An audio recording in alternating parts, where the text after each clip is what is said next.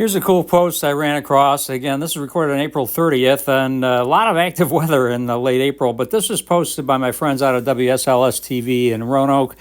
Jeff Henowich posted it's called Beyond the Forecast, What Caused Multiple Tornado Outbreaks in the Plain States, which happened the prior week to when I recorded this. But it's a great post. But before I get more into the weeds on this, there's a video that goes along with this I'm going to play for you right now. Prediction Center calculating that there were 137 reported tornadoes between the 25th and the 28th. A lot of us have heard about the ones that happened in Oklahoma and in Nebraska during that time frame. In fact, in Nebraska this past Friday, the ground temperatures were in the 70s, but just 20,000 feet above the surface, the air temperature was below zero. This is what we refer to as instability, and it was extreme instability that led to thunderstorm development. But what makes this part of the country so unique when it comes to rotating thunderstorms and tornadoes is a boundary that's called a dry line. And you see that there in the beige, in which hot, dry air descends from the Rockies and it meets up with warm, humid air that comes in from the Gulf. And you see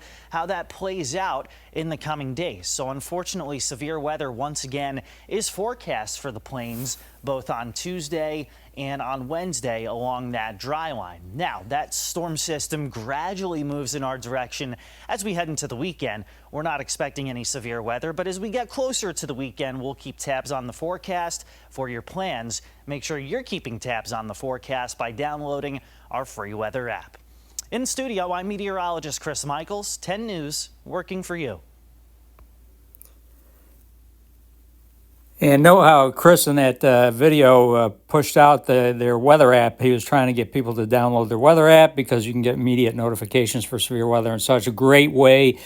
The TV stations and weather teams are now pushing out the fact that, hey, you need to be aware of the risk, and to get the most up-to-date weather information, you can often get it with your weather app or via your phone, as most people do anymore. So, again, great use of this medium for kind of pushing out the fact they want people to get their weather app as well.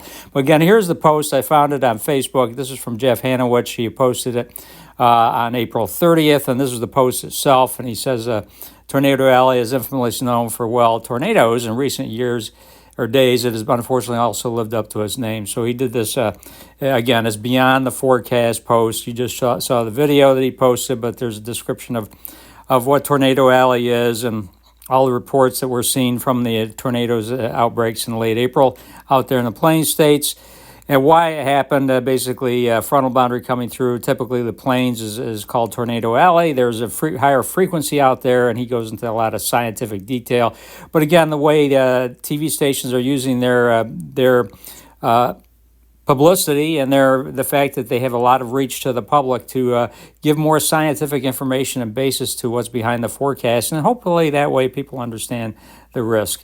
And you're seeing ads at the bottom there. I apologize, they keep popping up, but this is a cool map that he showed, tornadoes by state.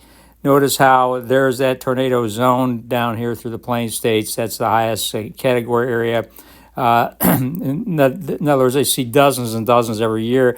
In Virginia, we don't see nearly as many. Most of ours are relatively weak ones. But the Tornado Alley, even though there's been some change to designate the southeast as Tornado Alley now, it still truly is in the Plains states where they have the biggest and most devastating tornadoes on average any time of the year, and especially during the springtime season. So again, just wanted to show this post by a fellow colleague in the weather business out in Roanoke, Virginia.